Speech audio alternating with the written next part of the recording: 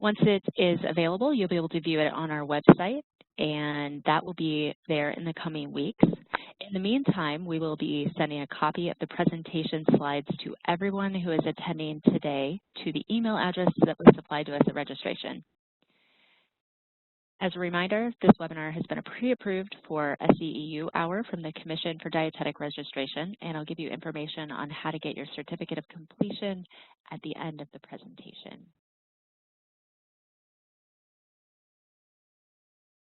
So today we are going to be hearing from 2 different SNAP-Ed programs using school gardens in their programming.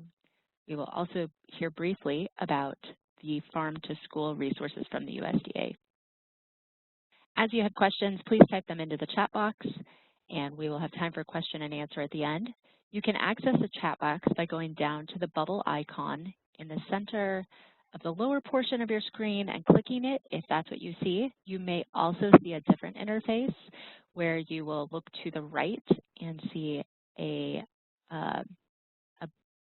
word that says chat with an arrow next to it, and you can click on that, and then you might see the chat box.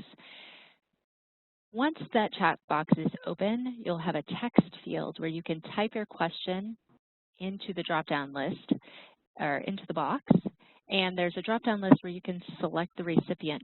Please make sure that you check all panelists, regardless of which presenter the questions are for. That will make sure that we can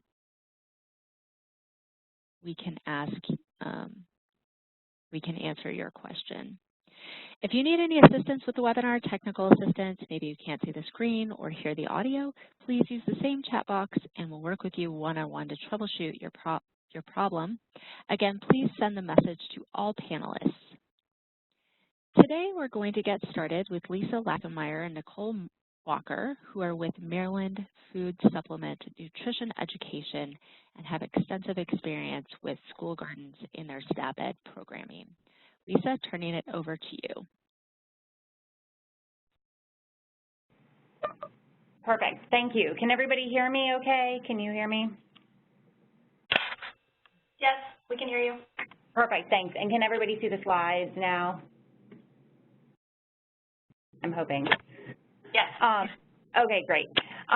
So welcome. I'm joined by Nicole Walker and Heather Burrich, and we will be chatting a little bit about school gardens in the state of Maryland. And Maryland has a long history of gardens. It's approximately probably 15 plus years that we've been working with school gardens. And currently we have them embedded in all of our 5 initiatives. So when we submit our proposal, we actually have 5 major initiatives that we work under, and they're up on the screen right there. Some of them is, the top one there is the school one, but we actually have other ones that are not related to schools, and gardens are embedded into all of them. Gardens fit more easily and naturally into some of them than others, but we have worked to weave gardens into all of them. We have always naturally thought that gardens fit really wonderfully with nutrition education, even prior to the PSE model that SNAP-Ed currently operates under. And we also have, we are housed in the College of Ag within Extension, and we just wonderfully think that working within the College of Ag, with our partners within Extension, with Master Gardeners, that gardening has always just been a natural fit with what we do and where we're housed. We also think it's a great vehicle into schools that sometimes nutrition education might not be their top priority, but other things like potentially environmental literacy, green schools, math and language arts fit really nicely with gardening, and also the next generation science standards. And so it's a really great vehicle to get into our partnering schools. We really look at gardening as also being webbable, which is a term we often use, and that it is a great partner in connection to a variety of other things. And you'll hear about that from Heather today and how we actually make that webbable and connecting to a variety of different things. From an administrative structure within SNAP-Ed in Maryland, we looked at it from a different staffing model initially. We initially hired gardening educators at the county level. And while they were extremely effective and it worked really well, we started to look at the fact that having nutrition educators and gardening educators, we just didn't have the infrastructure and the fiscal capability to be able to have that across the entire state of Maryland, to have kind of multiple, kind of those duality of positions across the state. So we changed our model, and we now have a state gardening for nutrition coordinator, which is Heather, who you'll hear from. And so we now have nutrition educators who actually infuse gardening into all of their work. So we have gardening is something that is in every collaboration. It's something that we really try to do across the state. And we don't hire specific individuals to do gardening. It's actually done by our nutrition educators, and that they use the resources and the capabilities both from extension but also from the expertise of Heather, who helps provide training and resources, and you'll hear about some of those today. So we've kind of changed our model, and we're also really trying to build the capacity of our collaborators to make these gardens sustainable, so that we're really not the experts doing all the gardening, but we're really trying to provide resources and expertise to them in regards to it. We were asked specifically to talk today about some of our tools that we have that help facilitate this process from a SNAP-Ed point of view, and also our evaluation and how we've kind of embedded this into our process. So you'll hear both from Heather from the tools of the gardening piece, and then Nicole in regards to the evaluation piece. We were asked not to really focus as much on the kind of curricula that we use, since that was kind of something that there's other expertise related to that. So you won't hear as much about that piece of it. So I will now pass this on to Heather, and she'll start to talk about some of the tools we use to help facilitate and build the gardening expertise across the state.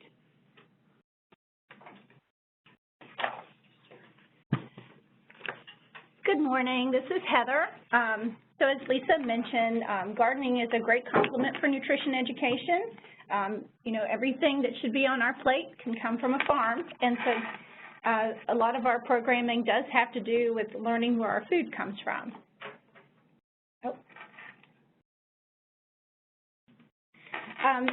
All of our programming, everything from nutrition education, tastings, preparing food, growing food, farmers visits, and farmers markets are all a big piece of what we do with FS&E.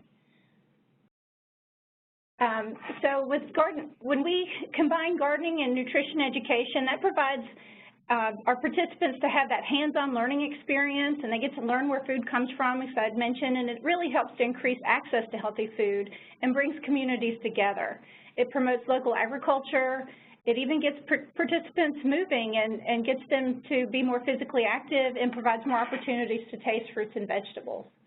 It's never too early to get started with gardening, so we like to really start with young kids as early pre-K with simple little lessons and activities that just sort of teach where food comes from, and even experiments to learn how plants grow. We gradually introduce gardening into our programs through containers, and we let them help to be part of the garden by selecting things and even helping to harvest and participate in the garden process. We like to make it exciting and fun for kids, so I always recommend selecting things that are colorful, bite-sized, kid-sized, and doing things that they can really relate to, like linking it to recycling and helping them really play an important role.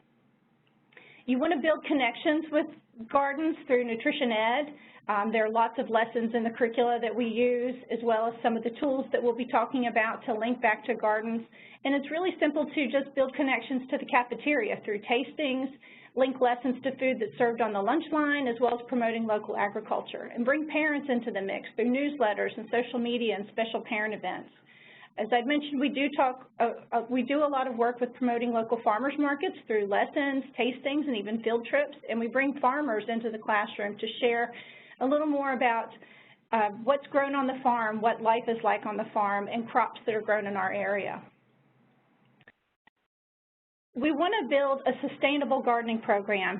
Our nutrition educators and even our teachers are not necessarily gardening experts, so to build that capacity in gardening, I've developed a number of short PowerPoint trainings with demonstration videos and tip sheets and even a toolkit of resources, which you can find the toolkit by clicking on this link when you have time.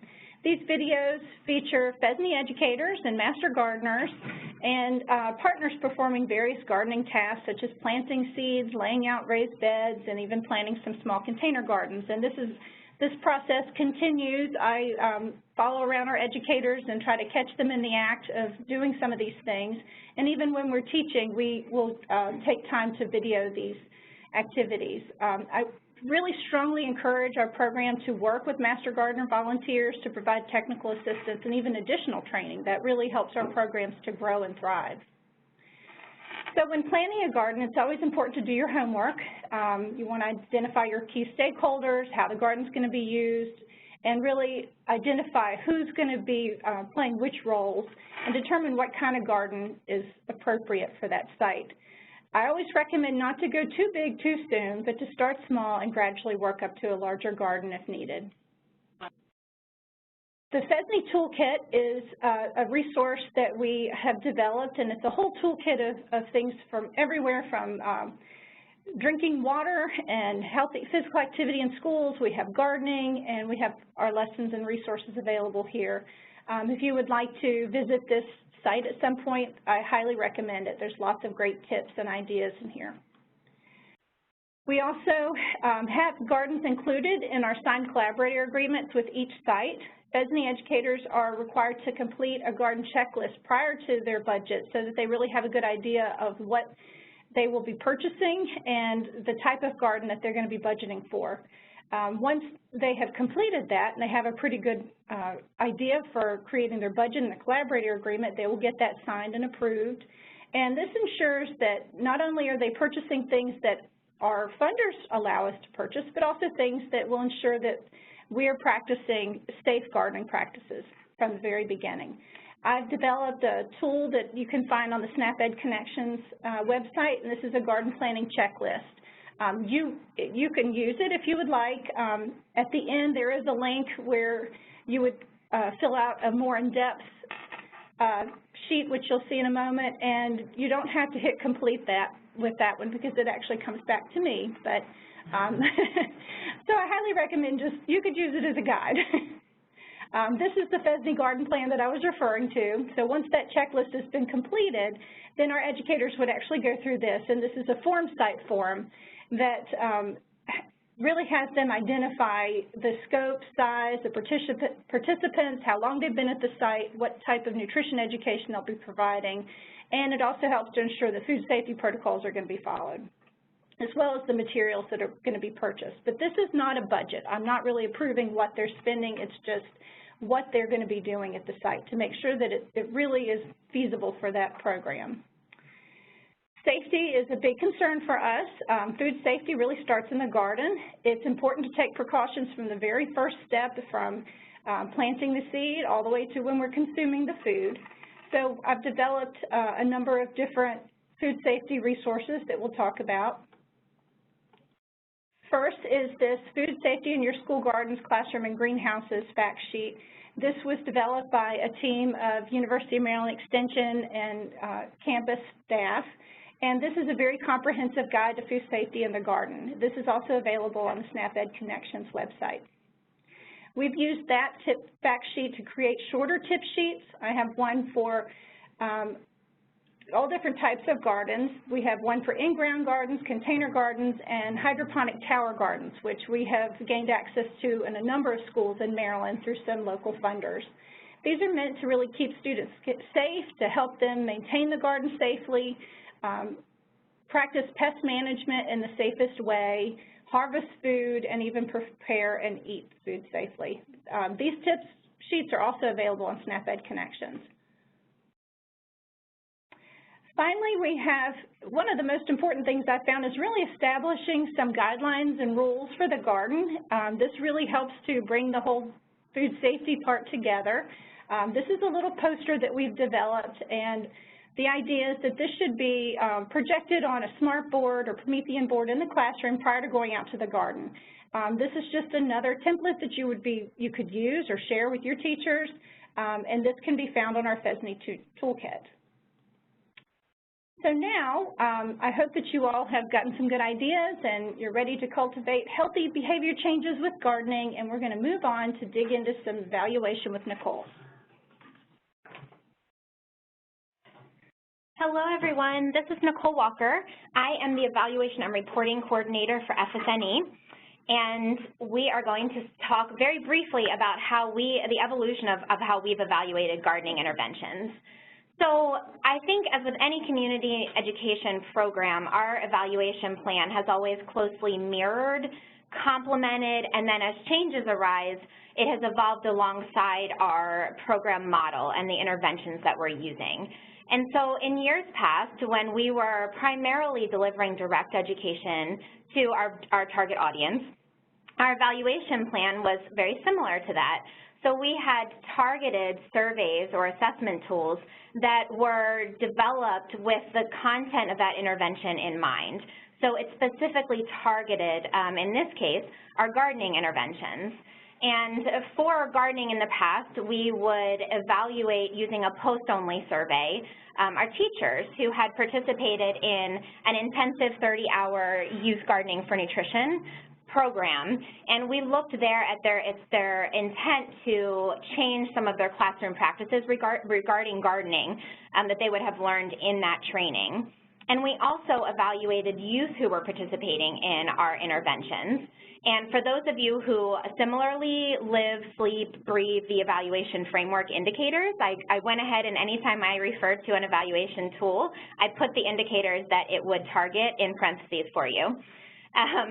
But generally, globally, it assessed individual behavior changes, and we looked specifically at taste preference, trying new foods, vegetable consumption, certainly physical activity, behavior too, and then just general self-efficacy with fruits and veggies. And as I mentioned, it was really our tools were targeted to the program, and so the fact that we were delivering gardening education in Maryland, we focused using on this tool on local vegetables that were grown here in Maryland and assessing changes with those. And so you'll see here from those assessment tools, we did learn a lot about particularly our gardening for nutrition curricula. And these are some data statements and graphics that we had created in prior years that just show an increase in physical activity and also in the willingness of youth to try new vegetables as a result of our gardening for nutrition programs. And we also saw that teachers had planned to integrate more gardening and involving more students in gardening in the classroom as well from our teacher survey. And so in recent years, we have seen through our guidance and a general shift in our programming intentions and goals. And we really are focused a little bit more now on creating those policy systems and environmental changes that are going to cultivate and lead to lasting changes and that make healthy choices more accessible. And so as we evolved here at FSNE our programming model, so then did the evaluation model have to follow suit. And so we just really wanted to be able to implement a comprehensive evaluation plan instead of focusing on individual programs or curricula. So our current evaluation plan really does assess the collective impact of all of our interventions, and it does it by gathering data from different sources to really paint a big picture, a concrete, large picture of the effects of our programming interventions around the state. So I have here our general evaluation plan. The items that are highlighted in green at the bottom are ones that provide some specific gardening data that I'll talk about in a little bit, but I did want to highlight them in the context of our full evaluation plan so you could see how everything kind of fits together for us. So for all of our programming, we're always collecting process data. We have our own internal system for that, and we also utilize pairs. We have success stories or qualitative narratives as well that just add a little extra oomph to the stories that we tell about our impacts, and we collect those in pairs. At our youth education sites, where we are really, a lot of our gardening efforts are concentrated, we are surveying our youth participants and teachers that we work with as well. And we'll talk about those in a little bit as they do have some specific gardening data that I can highlight for you. And we also survey parents who are in our sites as well. We, in the past, we have evaluated specifically our cafeteria interventions using the Smarter Lunchrooms scorecard. And you'll see here that there's an asterisk next to that tool on this slide, as well as the one below it, the School Wellness Scorecard. this actually, in the coming program year, in FY20, we are piloting a school-wide assessment that will combine the Smarter Lunchroom Scorecard, an abridged version of it, to look at our cafeteria interventions with a broader school environmental assessment that was developed by our State Department of Education. So we're just really trying to get a picture across the state on a small scale for our first year of the general wellness environment at our sites. And again, moving away from that specific focus on our particular singular interventions, we really want to, incorporate the cafeteria interventions and the assessment of those into a broader environmental assessment. And then we also do end-of-year reports, which are post-program year assessments that are completed for all of our sites. And I'll talk a little bit more about that in a second as well, as it has gardening implications. So our teacher survey, this is called the Healthy Youth Environment Survey. This is a pre then post tool that's completed primarily by teachers, but it is also open to any of our collaborating partners who work with youth. So we have had Head Start Center directors and summer camp directors, for example, complete the tool, but it is primarily teacher respondents. And this tool does assess a number of things. It assesses teacher behaviors, and then it really, though, focuses on classroom practices and policies, and also school-wide health-promoting policies and practices, which, of course, then includes the use of a garden for educational purposes.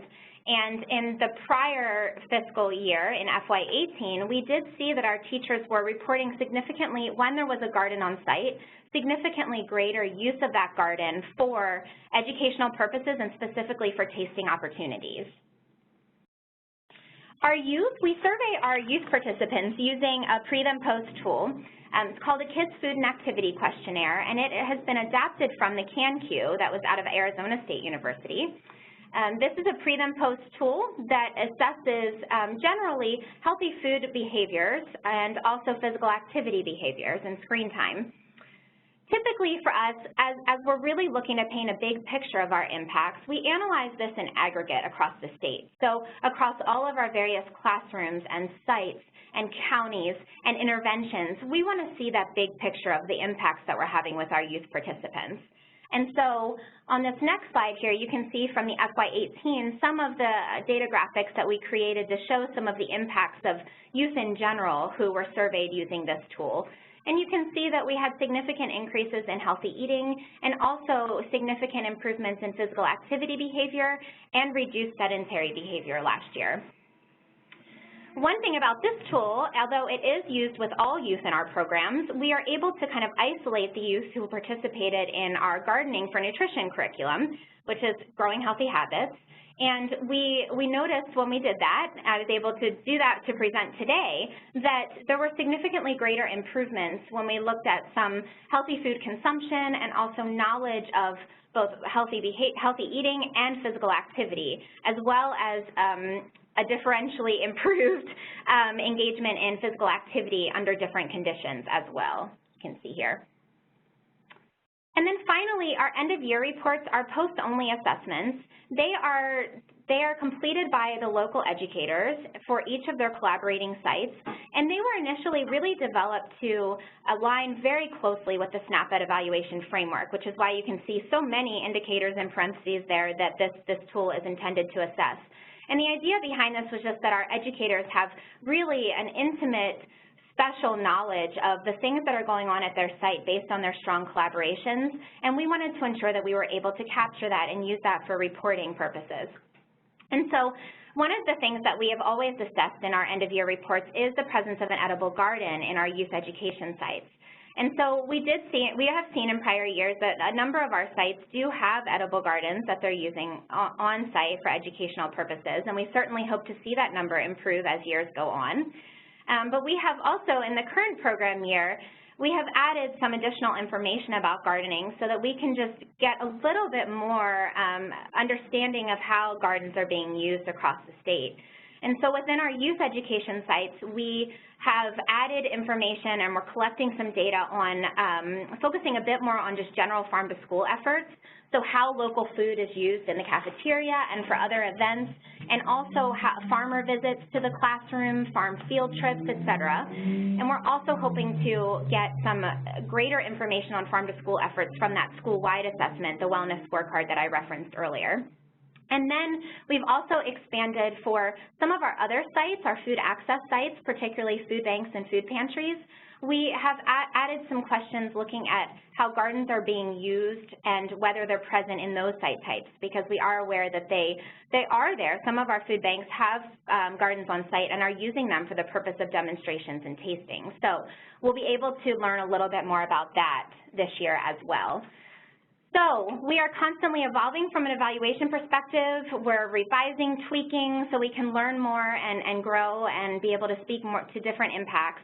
And we are happy to answer any questions that you have at the end of the presentation today. And also our contact information is here as well if you have questions at a later date.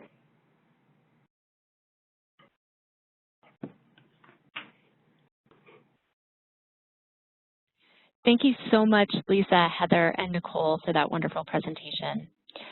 We understand that some people have tried to log into the webinar and have received various error messages, so we regret that. The webinar is being recorded, and we will have it online as soon as possible for all people who were not able to attend live. So thank you very much for your patience with this. Now we get to hear from Heather and Laura with Maine SNAP Ed about gardens and their programming. And I'm going to turn it over to you, Anna. Thank you. I'm just opening our slides.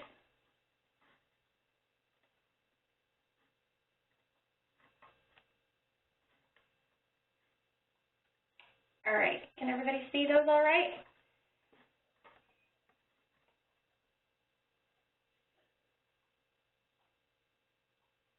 Hello?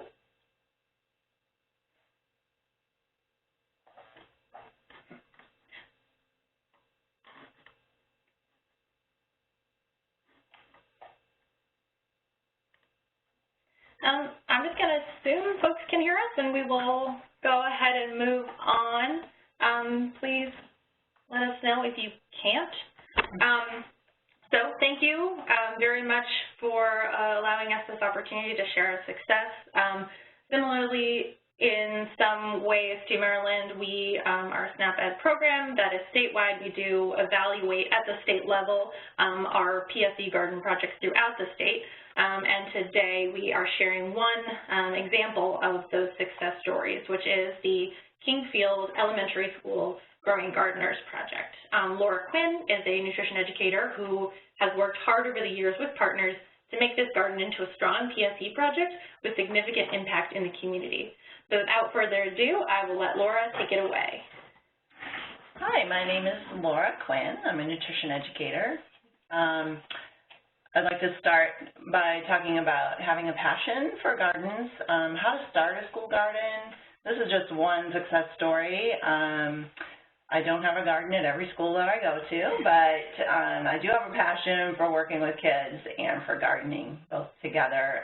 Nutrition, just love cooking with kids and making that connection. So having a passion would be your first step to knowing that it might be a good fit for you, and finding that person in the school that really has the same kind of love and ideas that you have, that you just work really good with.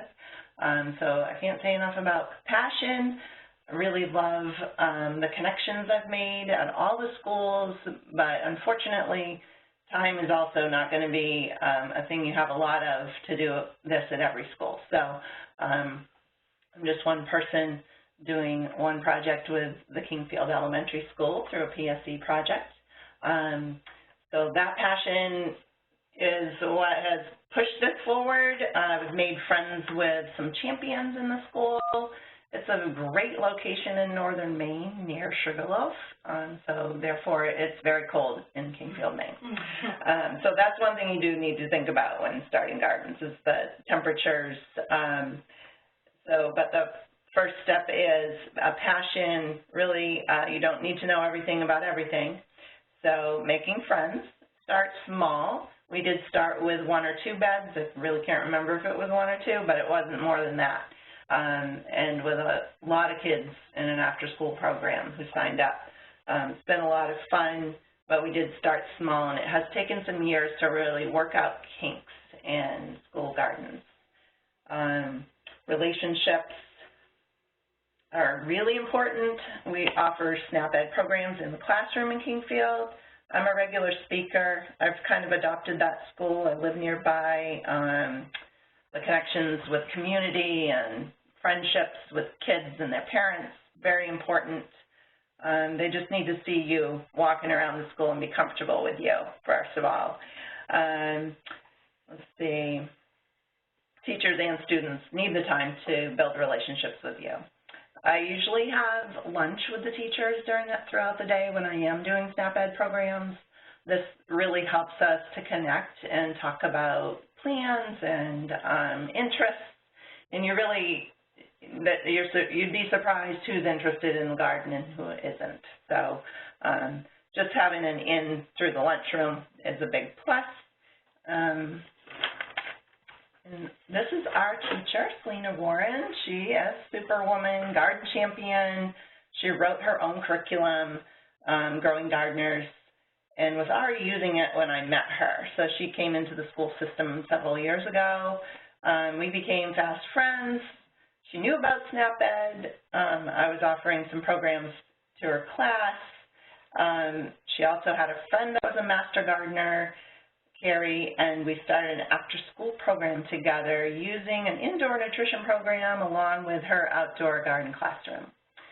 So that was so helpful, just having built-in volunteers for this program. Next one. Some things to consider in your garden. Do you want to build raised beds? They're nice, but they're not for everyone. You don't always have that option. You could start to grow a tomato and some greens in an existing flower bed to start off with. Just a few really simple things for kids to pick and eat. Perennials like fruit trees and blueberries are really nice. Fence lines on playgrounds are also a great place for a garden. So just some things to think about. Please use your local cooperative extension expert. They'll be able to help you with location of gardens, soil tests, planting guides, pest control varieties that work best in your area. Ours, Dave Fuller, our agricultural professional, he'll make a site visit and help with garden planning. He connects us with the local master gardeners as well. So you do want to use master gardeners. They're awesome. They need to put in their hours, and a lot of them really do love kids and working with kids. This planting chart is one that we pulled off of the UMaine website.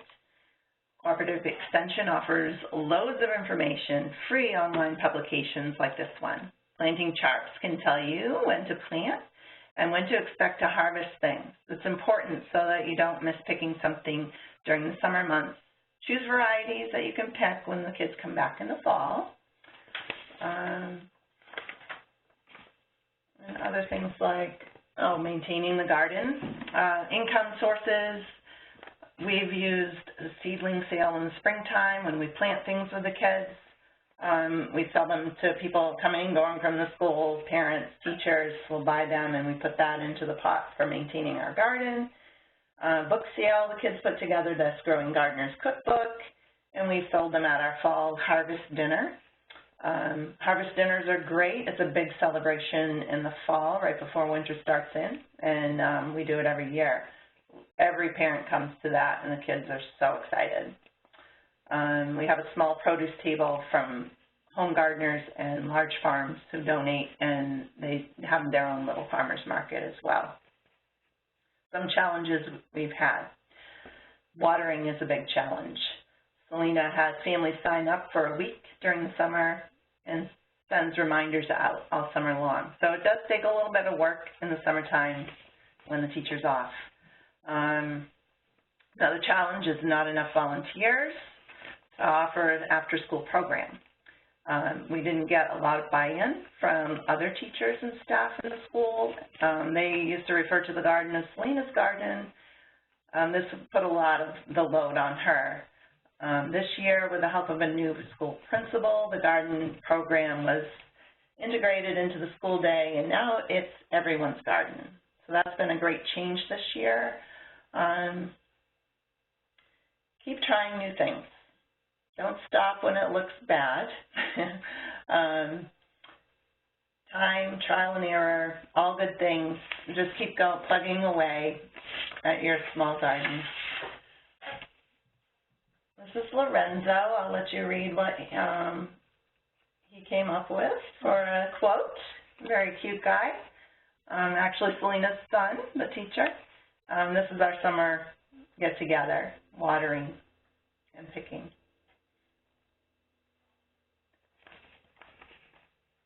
Summer celebrations. So to sustain this garden during the summer, we've come up with a summer celebration. Families come, we have food, we have some games, we water, weed and pick things, and do some eating and have a lot of fun. It's not highly attended, even though it's advertised, but we did have several families come. So this year we got some picking done and some weeding done, and we also planted some fall crops in July that should be on their way to picking when the kids get back this fall. I can't say enough about the school garden. These kids get the connection between gardening and food so well. They try things, new things all the time for me. I notice in other schools that they don't, by the way. And so this is another way we've collaborated and highlighted this success onto the SnapEd connection. So thank you for having me, and I'll give this over to Hannah. Awesome. Thank you, Laura. So just going to talk to you guys for a couple minutes about the evaluation of the project. So we evaluate all of our PSE projects at SnapEd, and the tool looks the same for every PSE. Or the framework, but then within that we build out a lot of detail and quality. So I'm going to draw your attention to kind of the vision statement and annual objective section to begin with. So this is where we allow the educators and where Laura would go in and kind of put her pie in the sky, what she really wants to happen in the long term in this garden. And then we have them go down to the PSE objectives, so just what their annual objective is going to be for 1 year. And this format helps to kind of balance that, what you want ultimately to happen with what's really achievable in a year. And so each of the educators have a chance to go in and set a goal for themselves for the year. We do it with them to make sure it's something that's attainable and achievable. And again, it's just a way to, as Laura was talking about, there are often challenges and things can feel hard, but you can look back at the end of the year and say, well, even though it was hard, I did achieve my objective. The other part of this tool that's really important and that we really like to highlight is the projected and planning activities part. So this, again, is where Laura would go in and plan out her objectives for the whole year, her activities. And while she will probably tell you that they don't always go exactly like that, it helps for educators to get the chance to say, what are the steps that it actually takes for me to get to a garden? What do I need to do now? Because just thinking about starting a garden, you may think, well, I don't need to worry about that till the spring. But again, I bet Laura would tell you that there's a lot of work before you get up to that. So getting a chance to lay that out and get started, earlier than you might have thought. And then the activities accomplished is pretty straightforward. In that section, we really just ask them to track all of the details so that, again, when we look back at the end of the year, we have a lot of information to go on and to say, did we achieve this objective? What are the activities that really went into this objective? Because, again, if you just look at the tool or if you just look at the objective, it may seem like kind of a small project, but they have so many parts, and especially those relationships and all of the groundwork that goes in before you even put a garden bed in is huge and, makes it possible. Just putting a bed in the ground doesn't necessarily give you success. A lot of that other stuff is really what goes into the success of the project.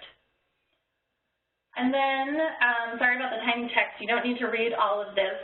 This is just a chance for folks to see the closeout questions. So at the end of the year, we would call Laura up. We'll actually be doing that fairly soon and have a conversation about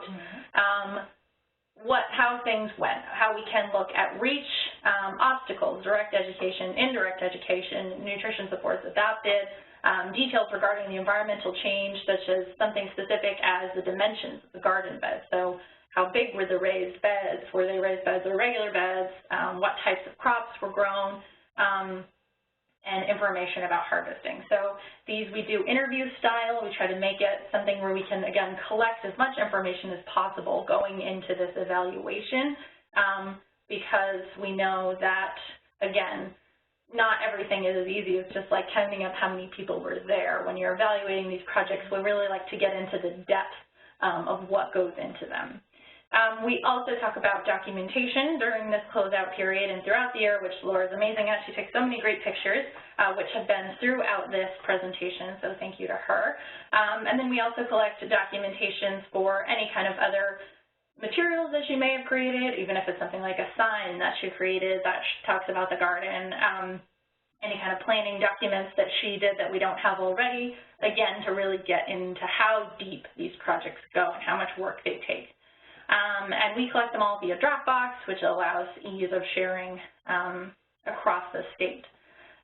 Here's an example of a picture. This is Lorenzo again.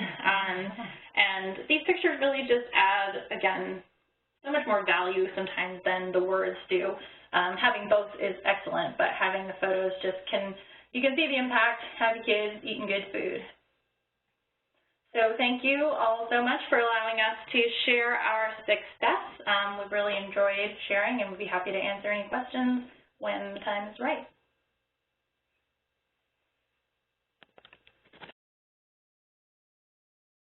Thank you so much, Hannah and Laura, for that wonderful presentation.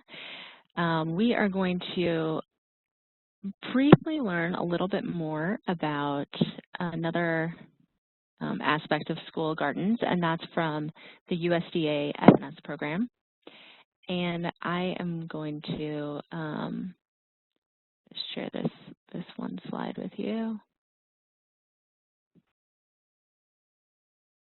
Okay, so other USDA F&S programs can help support your school gardens. What we've heard from today is the SNAP-Ed grant program participation, how they've integrated these wonderful school gardens into their nutrition education and PSE programming.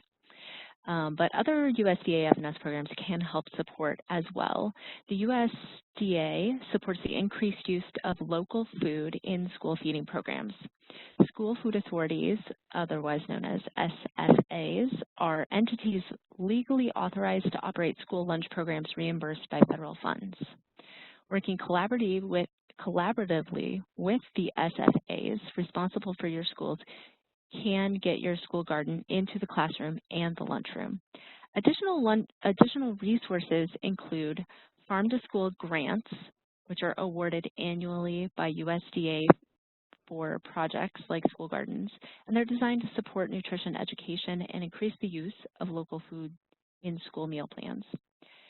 Another resource is the Child Nutrition School Food Service accounts, and they are the administrative funds that SFAs use to maintain a school lunch program. SFAs can use these funds for the purpose of starting and maintaining a garden. A USDA memo clarifying the use of these funds was published in July of 2009, including more details on the use of school food service accounts. Another resource is the Food and Nutrition Service through the Office of Community Food Systems has published a number of fact sheets addressing how to incorporate school gardens safely in meal plans and lesson plans. These fact sheets and other resources are available on the Farm to School website. And finally, to learn more about how many school gardens are operating in the United States and other farm to school activities, you can visit the Farm to School Census website. So thank you so much for your attention during this webinar, and we would like to open it up for questions now. And just a friendly reminder that you can use the chat box on the right to log your question, and make sure you send it to all panelists. That way we'll be sure to see your question no matter who it's for. And additionally, I know one of the first questions is, is this webinar being recorded? Yes, it absolutely is being recorded, and you'll be able to watch it later or use it for a staff training or whatever you'd like. And it has been approved for a continuing education credit. So if you're watching the recorded webinar and you would like to receive a certificate of completion, go ahead and email us at snap-edconnection@usda.gov. If you are attending this live right now, you will actually get a certificate of completion that you can use to obtain your CEU credit.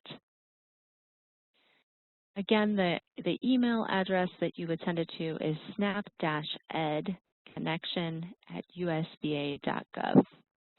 Now, the next question, we're going to jump into the questions now, and we do have one for Maryland. The question was, can anyone access the toolkit? Can we forward the toolkit to other partnering schools to utilize as a resource? Yes, that's no problem at all. It was made on SNAP-Ed dollars, so. Great, thanks so much, Lisa. No problem. Another question that we have for Maryland is also, I think it was a question about the slides there. What was the difference between the black and the green bullet points? On the evaluation? Yeah. I'll pull up the full, yeah. Yes, so the ones that were highlighted in green or that were in green font were ones that were specifically, that I talked about later in the presentation, that really had some gardening specific data that we could chat about for the purpose of the presentation today. Great, thanks.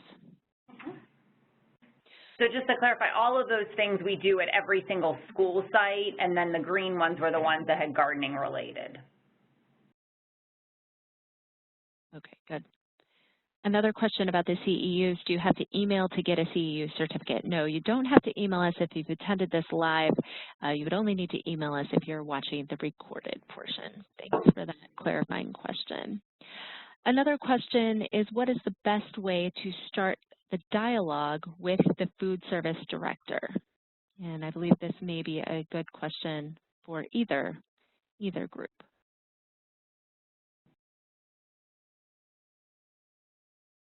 I'm not sure if Maine wants to answer or not.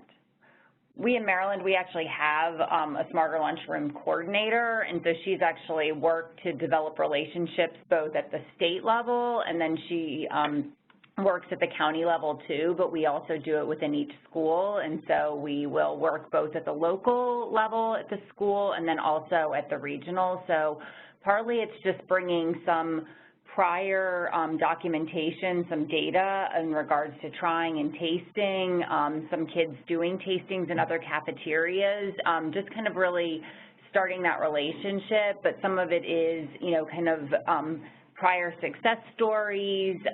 So a lot of it is also personal connections with other food service directors. But we've actually found just having that relationship for a number of years with the Smarter Lunchrooms is it just opened up a number of doors over the years. So it has been just a lot of relationship building. And this is Laura in Maine, and we're just discussing relationships with food service coordinators at the Kingfield school specifically, and one other school. I often use the kitchen, so having that relationship with the school food service director is really important for me.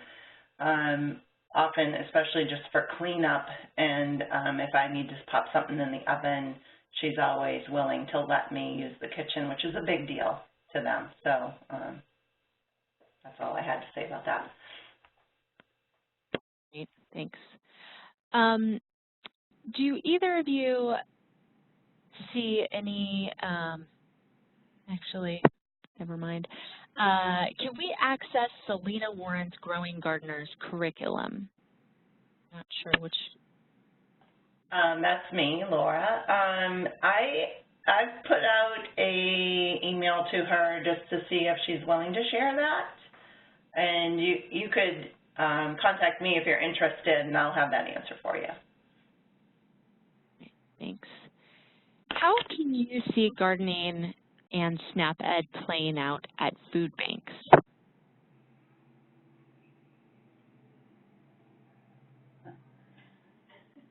Of Heather. Okay. In Maryland, there are a couple of different ways that we can work with food banks. We actually can partner with master gardeners. Master gardeners across the state actually grow food in demonstration gardens and donate hundreds and hundreds of pounds of food to those food banks. And so we can partner up with them and provide nutrition education, indirect materials, and there are some food banks that actually have food gardens on site, and they have volunteers that are working with them. So we can also pair up to provide some of that nutrition ed and support. And we have a pretty similar situation here in Maine. This is Hannah from Maine, where we have both SNAP educators working to create gardens to supply food pantries. That is often accompanied with nutrition education. And then we also have efforts in our state around gleaning to supply fresh produce to pantries, which is also accompanied by that direct education. So we kind of try to do it a couple of different ways. We have a pretty strong agricultural scene in our state, so try to really capitalize on that, especially through the gleaning, but also creating some gardens that are really focused on getting produce into the pantries. Thank you for that.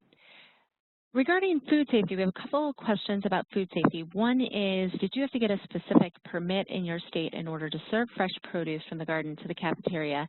And along with that, how do you incorporate produce from raised beds rather than high tunnels that could be locked in the cafeteria if it is exposed to the neighborhood urban areas? We could start with Maine there. Yeah. So we do not have a specific license that's needed to serve fresh produce, so we did not have to apply for anything like that. And the second question, Kingfield is not an urban area, so it doesn't really apply. The garden has plenty of space and is not locked, and I don't believe it has any. No, we have no high tunnels in our garden in Maine. No. Yeah, no need for it. So maybe not particularly helpful, sorry on that, but maybe Maryland. Yeah, I mean, we don't need a permit, and then, I mean, Heather can speak more to it, but we do work closely with MSDE in regards to, you know, linking because of smarter lunchrooms with cafeterias, but Heather can speak more about the food safety piece of it. Yeah, and we do have to work, it's really county by county. They may have different policies. Some counties may not allow food from the school garden into the cafeteria, but may allow it as tastings and separate from the cafeteria. Most of our school gardens are really not large enough to provide enough food to put in the cafeteria on a regular basis, so it would be more just for a tasting. So there really are not any specific, there's no licensing or anything like that. I will just add to, in Maine, with the issue of kind of safety around the garden, or I don't know if this concerns with vandalism or destruction, but we do, in other more urban parts of our state, have heard of that being an issue. And one workaround that we have heard of that works fairly well is just lots of signage and lots of community ownership that kind of helps to really establish the garden as something that more than one person will care about if it gets destroyed or gets hurt. So we've heard that has been pretty successful in our more urban areas. All right. We had one question about evaluation. How was increased activity for children participants measured? And I believe this is for Maryland. Yes. Yeah, so in years prior, when we were directly evaluating gardening for nutrition curricula, we used a tool that had been modified from the CATCH program, and we asked them how often they had engaged in physically active behavior that made their heart beat fast, et cetera, et cetera. And they responded to that at both the pre and the post test. And then currently now we have actually modeled our physical activity, our whole survey really is adapted from the CAN-Q from Arizona State, and so we kept all of those physical activity questions as is, in that it assesses knowledge of physical activity, it's important, and then also how many days a week the youth are reporting engaging in physical activity at different time points, so before school, on breaks, weekends, after school, et cetera. Great. We have 5 minutes, which I think is going to be about one more question here. I'm wondering if both Maine and Marilyn would be able to speak to how to address the challenge of teacher and parent buy-ins in this process.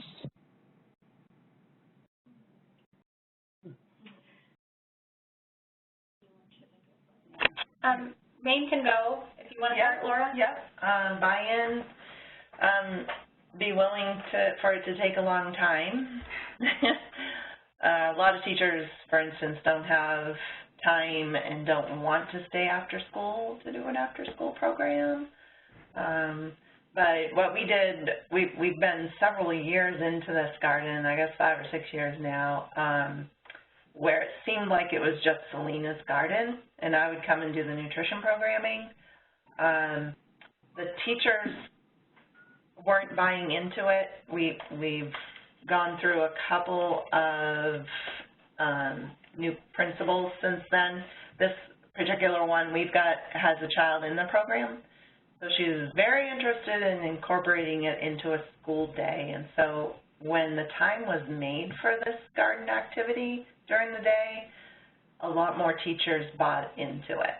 So that's been a huge success just this year, was that it went from being just one teacher involved to all the teachers involved and opening it up as a special during the day, where we have a whole hour or more to just focus on how gardens connect into the classroom and with the food that we're working with. So we use Pick a Better Snack, for instance, and Cooking Matters, just making connections all the time in the classroom. So that's how we've gotten teachers to buy in, and just waiting for the right principal to walk in and really enforce it.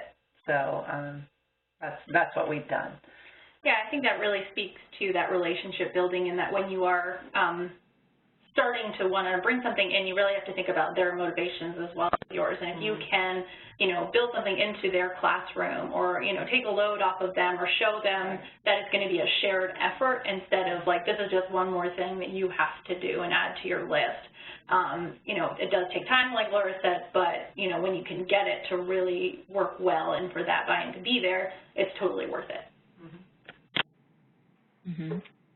Marilyn, do you have any final thoughts on that? Yeah, I mean, I think one of ours is that it's a lot of that pre-work that Heather was mentioning, is that we actually really cultivate all of that teacher buy-in before we even start a garden, so that the garden really is the schools and the teachers, and we're really just the technical assistants and coming in and facilitating it. And so we really do a lot of that that work of it prior, with kind of that collaborator agreement and a number of the trainings and facilitations that Heather has helped facilitate with those educators. So yeah, and so really it's baby steps, just starting out small. We may be teaching a curricula that would have a lot of links to a garden, and growing healthy habits, you can start without a garden and then just gradually work into a garden. And as interest is growing amongst teachers and students, we really work to cultivate a little bit more. So we have these mini trainings, so we can really feed them a little bit more information to get their excitement and build capacity. So instead of coming in and just saying, here, we're going to give you a garden, they really are coming to us and asking for it. So we provide that support. And we can also link them up to master gardeners who can really help to build capacity as well. Thank you so much. I'd like to give a big thank you to all of our speakers and their organizations today for giving their time to share information with us. I know there were a few questions where we were not able to get to, so if you have further questions, feel free to reach out directly to the presenter that you had a question for, and they have graciously agreed to answer a few questions. Thank you again for attending, and I hope you all enjoy the rest of your day. Thank you so much. Thank you. Thank you.